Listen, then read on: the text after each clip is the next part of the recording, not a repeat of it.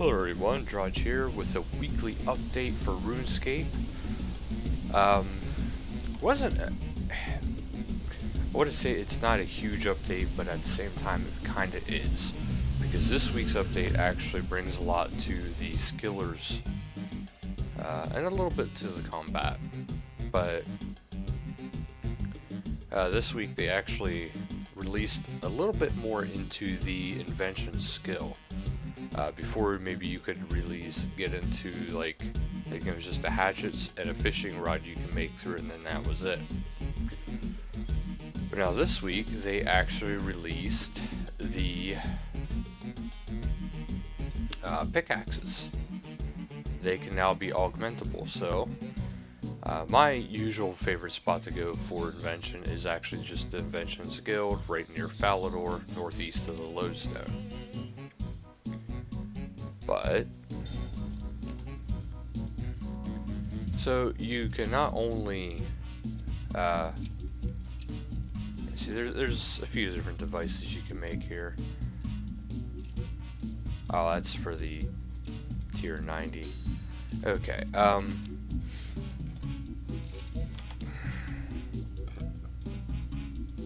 yeah, now you can do that, and also yeah, right here it is, the augmented pickaxe.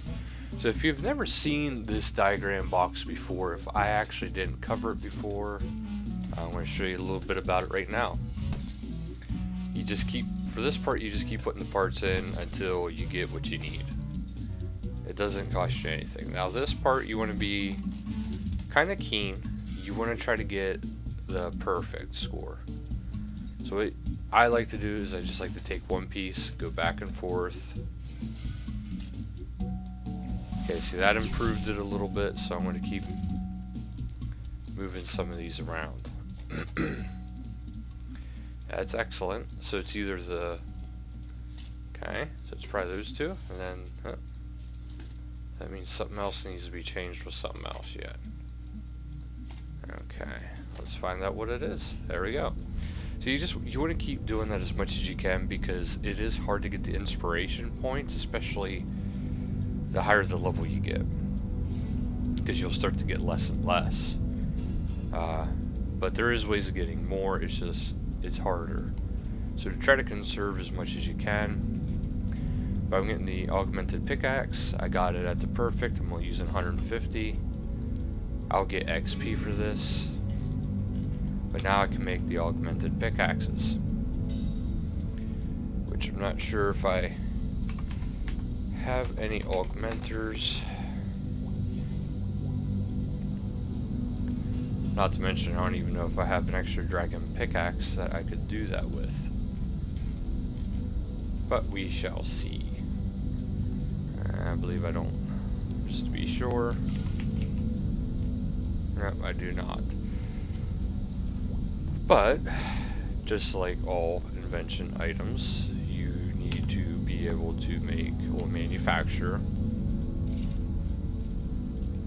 the augmenter, and then you need to be able to put it onto your thing. Now, that's the part of that. With the different perks, those perks haven't changed for tools. Here's a tool gizmo, but here's a weapon gizmo. I'll show you a little bit more into it a little bit. Some of them have been rebalanced.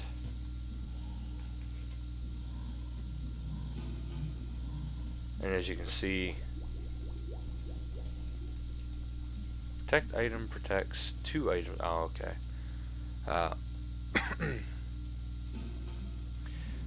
But yeah, these perks haven't really changed much. I really wish this actually did something worthwhile. Let's see here, but what it really comes to is actually the weapon one. That's where a lot of things have changed.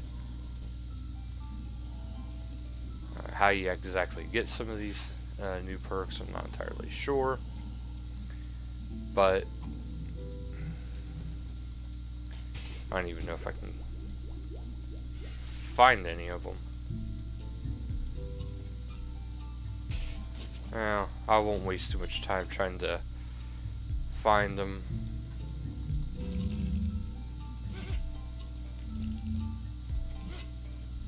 If you want taunting, all you need is one of these.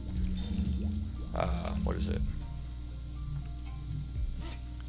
Nightly component. That's all you need. There's a nightly component. Maybe I need to discover. Oh, that's right. I don't have the new components. That's why I can't. Alright, well, so that'll be it for this part of it. But now on to the main page. This will actually be able to explain a little bit more than I was actually able to. So you will actually be... Okay, so if you really want to, you can actually... Here's what you can do. You can, upon logging in, you can speak to Doc in the Invention Guild, northeast of Falador, and he can remove your dragon or crystal pickaxe from your tool belt should you wish to augment it. Note, this is a one-time use service. Okay, you can augment crystal and dragon pickaxes, but you currently cannot augment the Inferno and Incamdo ones. So in time they probably will. Okay, so there's new components, which is faceted or faceted. I'm not sure how they want to have that pronounced. And the clockwork components. They're a rare component, just like any of the others, it says. And you must discover them before you can fill a gizmo. And you need level 55 invention to do so. You can get these through the normal terms of breaking down stuff, as well as you can actually get it by the scavenging perk, which I'm assuming also the bank standing invention as well. But the new perks, there's 4 of them. You have the flanking, ranks 1 through 3, and then it's kind of weird on how they word it, but add an element of the strategist to your combat via the flanking perk. By attacking your enemy from behind or the side, the following basic attack or abilities will no longer stun an enemy, but will instead receive a plus 40% damage boost per rank. Backhand, binding shot, and impact. So if you're not facing them directly, if you're to their side or if you're behind them, instead of stunning, you will do more damage to them. And the same goes for the threshold versions of the backhand, binding, and impact. But instead of receiving 40% boost, it just is a 15% boost, and that is per rank. So if you have, let's say, the level 3 rank for flanking, for the regular attacks it'll receive 120%, and for the basic ones it'll receive 45%.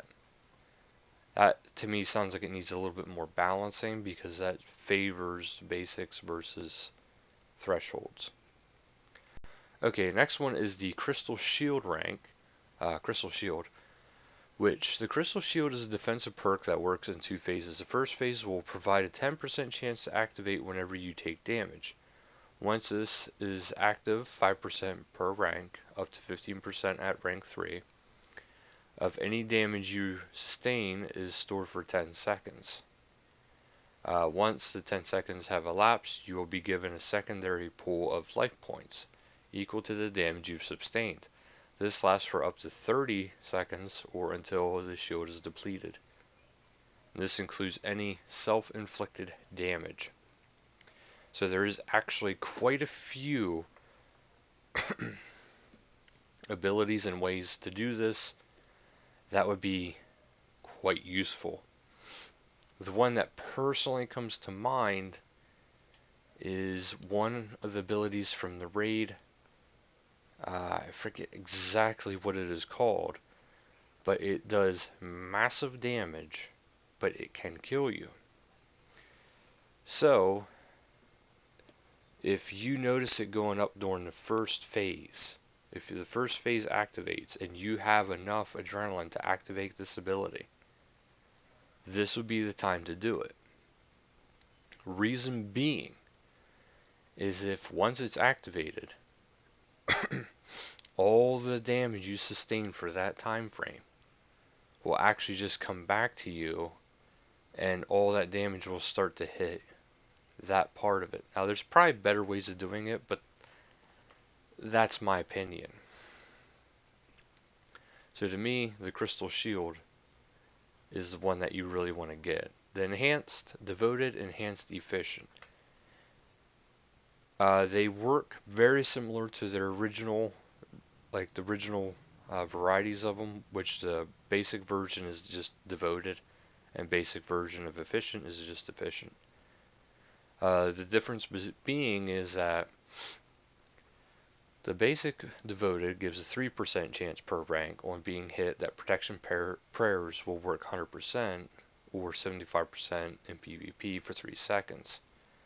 The enhanced version will push that up to 4.5% chance per rank. But the drawback is it takes up both slots on the perk, on the gizmo. And also they have note this will not stack with the normal version. So you cannot have enhanced and you cannot have the basic versions. Keep that in mind. You gotta try to decide, is it worth it to have devoted, well, enhanced and regular. The difference between the regular efficient and the enhanced efficient is that instead of 6% per rank for your regular efficient, it is now 9% per rank. But again, it takes up both slots in your gizmo. So you gotta ask yourself if it's really worth it. There has been some quality of life changes to Invention. The mechanized Chinchompa will now make 50 instead of 5. The book switcher, when making a book switcher, enhancing components are no longer required, which for those who are familiar, enhancing components are not always easy to come by. The calorie bomb no longer requires direct components when being made. Healing on monsters with the calorie bomb has been reduced by 5%. And auto sanctifier, should you already have some auto sanctifiers, this update will add 40 charges on top of them when you next log in.